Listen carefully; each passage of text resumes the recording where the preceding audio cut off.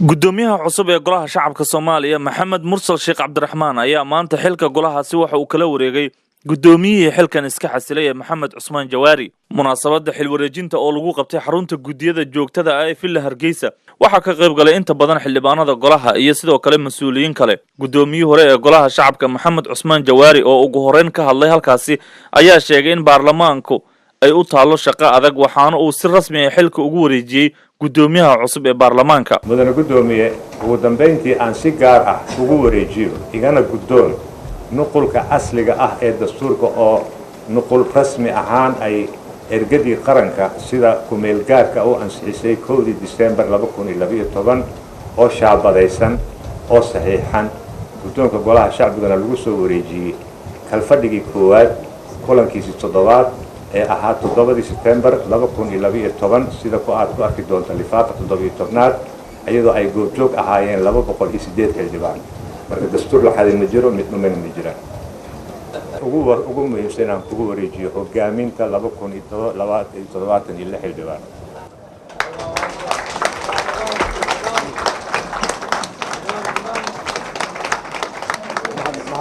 Maxamed Mursal Sheekh Cabdiraxmaan gudoomiyaha maanta xilka la wareegay ayaa sheegay in golaha shacabka ay diyaar u yihiin inay si dhab ah u metelaan shacabka isagoo gudoomiyihii hore ee golahaasina ku amaanay maamul wanaag ummad walba waxay leedahay aqoon-yahano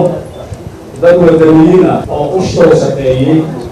ama u taagan horumarinta waddankooda madaxda gudoomiye waxaad ka mid tahay dadkaas ummad walbana horumarkeeda wuxuu ku xiran yahay sida ay u qiimeeyaan dadka u soo shaqeeyay oo waddankooda u soo adeegay waxaan aaminsanahay waxaad ka mid tahay kuwa ummadda Soomaaliyeed shacabka Soomaaliyeed ay qiimeyn doonaan aad ka mid tahay madaxda gudoomiye halkan waxaa fadhiya golihii shacabka oo aad in muddo iska soo shaqayseen oo runtii aan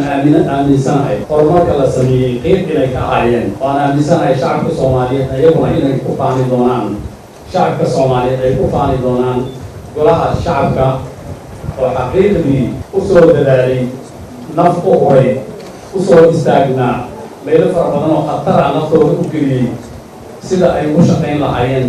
qaran Soomaaliyeed iyo boliskiisa ay u shaqayn lahaayeen waxaan aaminsanahay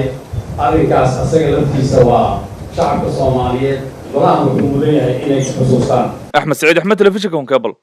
magaalada Muqdisho